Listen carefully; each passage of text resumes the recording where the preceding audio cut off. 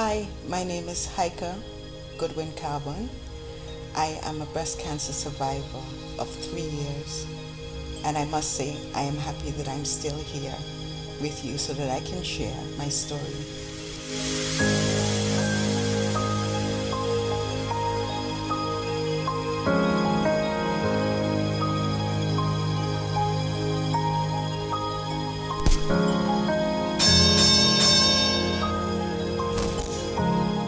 So together, let's beat it. I was diagnosed with breast cancer 2014. Now, I'm horrible with dates, but having breast cancer has kept me up to date with my dates, especially things that has happened to me. I was diagnosed with breast cancer January 2nd, 2014. I woke up one morning with a pain in my arm, and I was telling my daughter, I slept bad on my arm, and I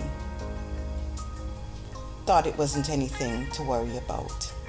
So I went on my merry way to work, but I just couldn't focus that day because the pain got worse.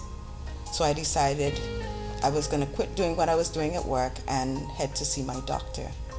Went to my doctor. She examined me, and she said she felt it was a cyst. She gave me medication. I took the medication, and it just didn't go away. So I called her back up and told her. She sent me for ultrasound.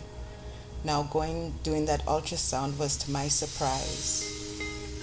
It was there was that lump. It had already formed. It looked like an octopus because they call it tentacles. It had already shaped and everything. And I just couldn't believe it because I was seeing what the technician was seeing on the screen, and I knew that something was wrong.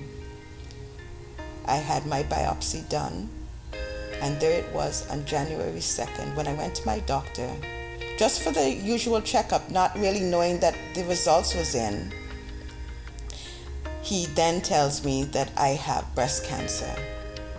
At first I screamed because I didn't expect that. I was in shock.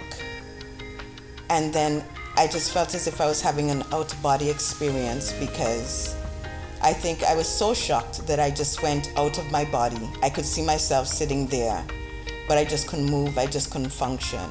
I wasn't going to tell my children. I have 2 children. I wasn't going to tell them anything. My husband said I was being unfair, and I decided I was going to tell them. My daughter, she took it well. She was the strong one. My son, he took it hard, very hard. But I told him, I didn't tell you I was going to die tomorrow because I'd already made up my mind that I was going to survive. I was going to beat this thing. I am actually stage 2, and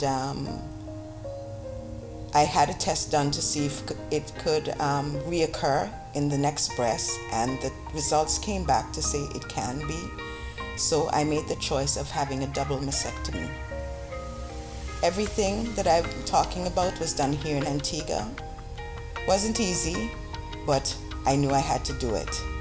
And with my family's help, I did it. Now, because I'm married, I have my in-laws, I have my children, I have my mother, and they were all there for me. All there. Everybody was on board. The day that I had my surgery done, Adeline Clinic was like carnival. I did all my chemo here in Antigua, and then I went off to Miami to do radiation. I spent 2 months in Miami to have my radiation done. And like I said, my name is unusual, I'm unusual. When it came time to finish my radiation, I got burnt extremely bad.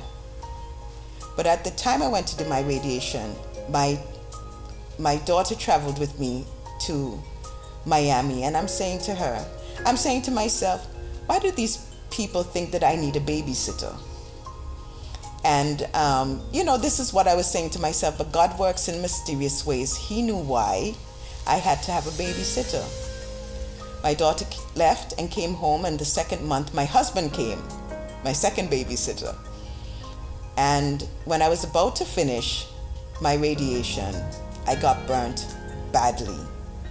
It was so bad, the pain was so excruciating that I had said to myself, no more. I don't want any more. It's done. I just want to go home. And my husband said, you can't do that. And then because he was there with me, he gave me the strength to finish my radiation. And these are the things that we need to have. We need to have that sort of support to get us through these rough patches, because having not just breast cancer, but any sort of illness, you need to have that support to help you through the rough times. And I've had a lot of rough times to get me where I am.